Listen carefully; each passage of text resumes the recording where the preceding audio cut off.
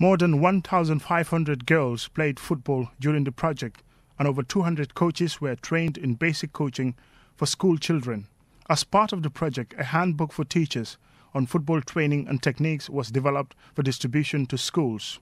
Isabel Bosch, Charge d'Affaires and Head of Liaison Office at the German Embassy in the Gambia, explains the project. Gambian-German long-term girls and women's football project. Even though it is not really the end of this project.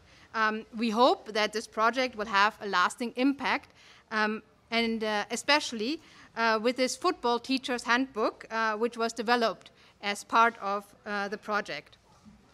The handbook came about by chance, and I think the project team made the best out of a difficult situation. And that difficult situation was, of course, the COVID-19 pandemic. The project brought a German football expert, Monika Staab, to the Gambia to give training to young coaches, women, girls, and teachers in schools. Although the project was disrupted a year on after it started due to the COVID-19 pandemic, Monika Staab says she is pleased with the outcome.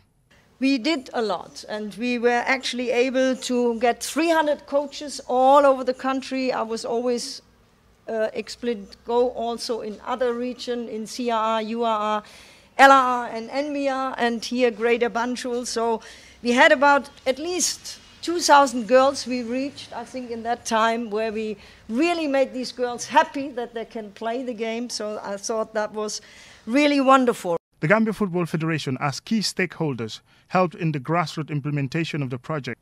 Langtombon Tamba, third vice president of the GFF, deputizing for the Federation's president Lamin Kaba Bajo, thanked partners for the support and called for the project to be continued. What is important is when you have a program, the most important aspect of it is after the end of the program, what happens. But I am happy to say here that there are people who have been prepared to take over from Monika when she leaves.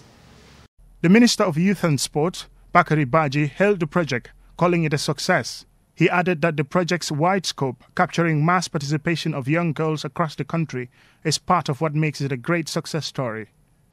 Gambia, our focus has been on male football.